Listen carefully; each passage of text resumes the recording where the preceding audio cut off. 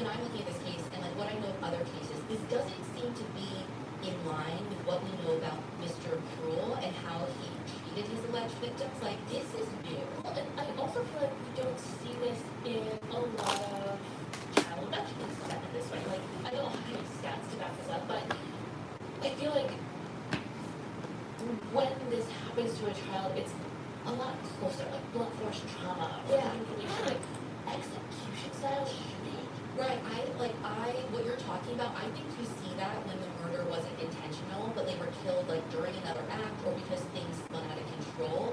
This definitely seems planned. Like maybe not planned when he abducted her, but like this was intentional, right? And the leading theory when people talk about this is that maybe Carmen saw something she wasn't supposed to, like Mr. Cruel's face. Maybe she fought back. Maybe she removed the blindfold or his mask. Maybe she recognized him. That is what would make sense to me. And I assume they had to have looked at people at her school. I mean, it was profiled that they were kind of, they had to. But again, I don't know the specifics of the investigation or who they looked at or what schools. But also, maybe the profile was wrong. Because here's the thing, even though they end up finding Carmen, even though they think they know the type of person that they're looking for, it does not change the state of the case ever. I mean, they keep working it, of course. And in 1992, they do end up releasing some information from the FBI profile to Bruce Tobin at The Age, this like daily paper. And I don't know if the FBI profile was updated or what, but this article includes even more information than the official report from the year prior. And in this one, they say that they think Mr. Cruel would be obsessed with cleanliness, that he had a steady job, and that he is, quote, creative and visually oriented. But when that doesn't lead to their man, that's when they finally released the illustrations of Mr. Cruel's bedroom and bathroom in 1993. And they say within a day, they get over 400 calls, which result in even more interviews and even more checks, but still no arrests. And without that, or any more kidnappings, over time, the costs and resources eventually just get too high to justify the task force anymore. So it ends up getting disbanded. He never attacked again. No. Or at least not with the MO of Mr. Cruel. I mean, do you think he got scared after Carmen and stopped? I don't know what to think. I mean, that's the reason that people are still so obsessed with this case, I think. Like, some say, yeah, having to kill Carmen spooked him and he stopped. Some people say that this guy's probably dead, or some say he moved away from Melbourne. And all of those who think he's still alive wonder if he's out there, somewhere plotting his next attack, but no one knows who to look out for, because they know almost nothing about this boogeyman or the investigation. Good morning. Everything has still been so tight-lipped, though I will say, there was a leak in the system come 2016, 25 years after Carmen Chan's disappearance. We get a peek behind the curtain when journalist Keith Moore publishes an investigation in the Herald Sun revealing brand new information from the Task Force Operations Spectrum, the stuff that had never been published before. And you probably caught on by now, I referenced Keith's reporting a lot because he did a ton to shed new light on this case. Well, his work revealed the existence of this dossier called the Sierra Files, which is a list of 7 suspects that more than 2 decades after Operation Spectrum disbanded still could not be ruled out by law enforcement. Good morning. Now, even though the Herald Sun got their hands on this list, the Victoria Police asked them not to name the suspects publicly, which Moore agreed to. But he knew the names of the suspects, and so he went and tracked at least one of these people down. And lo and behold, this guy ends up admitting to him that he was grilled for 12 hours about the case, and that he knows the former task force lead thinks that out of everyone they've looked into, he was their number one suspect. Now, even though Moore doesn't give this guy's name in the article, he does say that this guy was a former Melbourne University lecturer. And per a report by psychology lecturer Dr. J.H. Court, there was one former Melbourne University lecturer who he does name and is also a convicted sex offender. So let me tell you a little bit about this guy who some people are like drawing like links to. Between 1972 to 1974, this guy attacked 6 different young women and girls. He was known for tying his victims up, threatening them with a knife before assaulting them. He pled guilty to at least 1 charge and was sentenced to 10 years for his crimes. Thanks. So he was out by the time of the Mr. Cool Good morning, everyone. but he was never I do not want to go to work today at all. I want to lay in my bed and sleep. That guy denies any involvement in the cases. Well, I still never had or even work with this unnamed But here we are, we would know. But if they have DNA, doing it anyway, doing it tired. It wasn't until August 2025 that we ever even heard there was potentially forensic evidence in one of the cases. So like I said, this comes from David Wells, who was a forensic physician with Victoria Police back when the attacks were happening. And he just went on Crime Insiders podcast and told the public that he had personally collected crucial genetic evidence, but they needed Hello, someone good morning. too. Now, to me, it seems like those 7 people who haven't been verified, you gotta listen to 7 people where it's not going to start, right? Like, I don't get it. Unless the one only thing Sure. that does is like, God forbid they busted it, which would explain a lot of the hush-hush stuff that's why some of them to begin with. But like, basically, the other hush-hush was like, they could have maybe gotten some kind of profile from whatever was collected, and maybe they tested that against people. But maybe the profile is just from like one case, right? And the people don't match that one profile, and they're like keeping their options open that there is more than one offender, or like just because you're ruled out this one doesn't mean you're ruled out all of them. I don't know. This is something that I've like just gone around in my thought a ton since I've been doing this. but you say it might not be the same person. That's like multiple people. But the evidence are exactly the same. I mean, when you say exactly, they're exactly the same, I think, for Sharon and Nikki. But I mean, hear me out. So in 2016, Keyboard published that Eliza's case, her very first one. She and her family described Mr. Cool as having a centenarian build. And they say that the way that he spoke made him sound, they say, uneducated. In Sharon's case, our second victim, they describe a guy who has a centenarian build, well spoken. Now, in Nikki's case, they said this guy had a beer belly and he sounded, quote, not really educated. So here's how I started, like, come down the rabbit hole. Are you ready? So, what if these are like 2 to 3 different guys sharing guns? Like, it is all connected, but it is not just one Mr. Floyd. That's so You mean a world where pedophiles have one coordinated network and that will just prevent all echelons of society? Like, I mean, yeah, correct. and listen, I'm not just reaching because we're in like a post-Epstein files world. I'm wanting to see this article that I found on the front page of The Age dated June 7th, 1992. This is just a couple of months out from when Carmen's remains were discovered. Oh, this is the front page. This is the front page. The biggest headline there is, quote, child porn's secret society. Dude, I went like, I can't believe so. Let me start that. Yeah, like how did we get here? Journalist Caroline Wilson, I was gonna say she infiltrated this group, but it's like not even that. This woman just shows up to this basically pedophile club to report on. She found that this group met every Friday in Melbourne.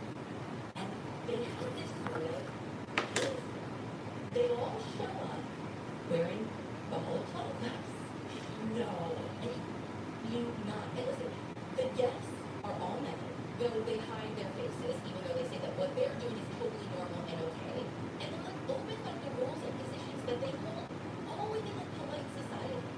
Like Wilson writes, quote, on this particular night, they include a psychologist, a publicist, a telecom technician, and 2 car factory workers recently retrashed, which we refer to as they are. At least 3 others are former scout nurse experts. And then she goes on to mention others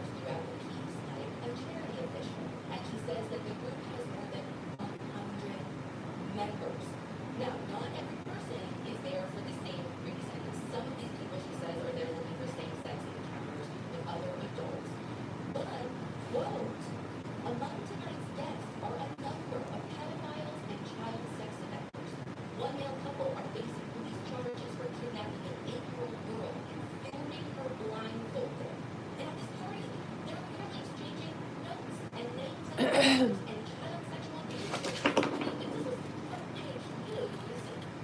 Clearly, the police had to have been aware of it. They were, but Wilson said that their operations to stop this were just like scratching the surface of what this surprise. This is like this goes deep, right? And that's because it was so prevalent. In her words, quote, wherever there are groups of children, there are pedophiles. And where there are pedophiles, there is likely to be child sexual abuse material. And she clarifies that even though most people would want to believe that people were like making it for themselves, most of the time they were making this abuse material to sell, distribute, share, trade. And this article is so long, it is so informative, but here are my big takeaways that relate to this episode. I got like a ton of broader thoughts about the prevalence of this and like where they target children and how like truly the foundation of the systems that we thought were in place to help kids are actually used to traffic them. So stay tuned and stay informed. Here in the US, most of us are begging for the child abusers listed in the Epstein files to be arrested. And those who aren't are probably abusers themselves, right? Like it feels pretty black and white to me. But what do I know? I just talk about crime all day, every day, and I grew up being told that sexually basic acts are considered especially heinous. Like, what? Back to takeaways for her. This is that is number one. The balaclavas are interesting to me, knowing that that plays such a prominent part in this case. Now, sometimes you see in reports that, like in some of the cases, there was a ski mask, not a balaclava. And like anyone doing this is probably gonna have this, right? Like, Good enough for me. I'm literally just gonna go be around a bunch of children, so they don't care what I look like. I don't really care. So let's get really loud. I'm so tired.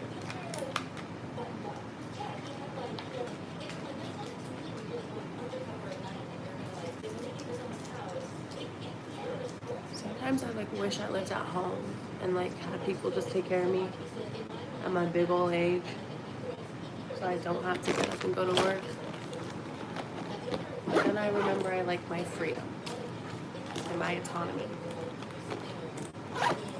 So today's gonna be a great day. I'm gonna do my hair, but it's gonna get really loud. So I still have this big chunky thing from 2020. I have the quiet one and like the thermal brush, but this is just gonna do it for me every time.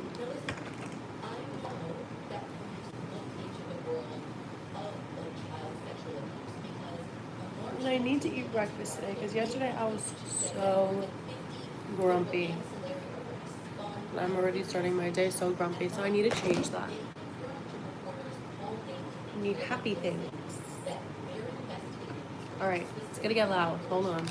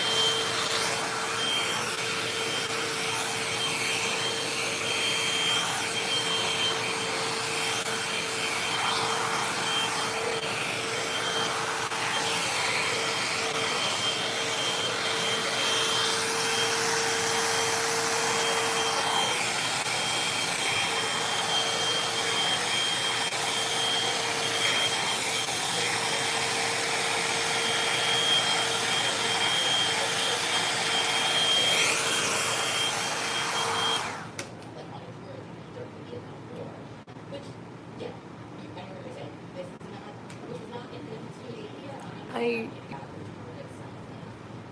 alarms are going off. I am so ADHD. I have an alarm set for every 10 minutes. Just so I know what time it is.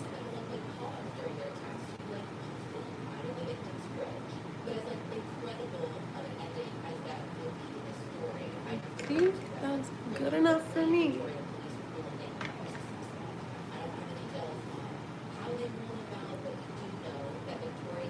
Yeah, that's definitely good enough for me.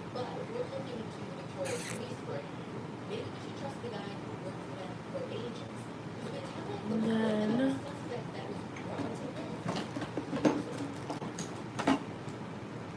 dropping things. Oh, my nose is so itchy. Phew. Phew.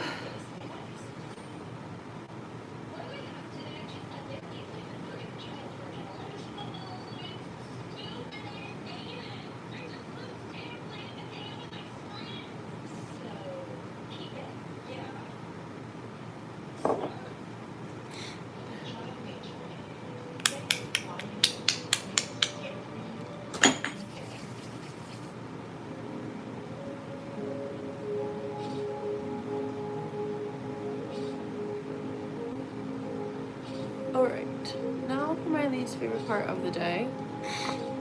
Figuring out what to wear.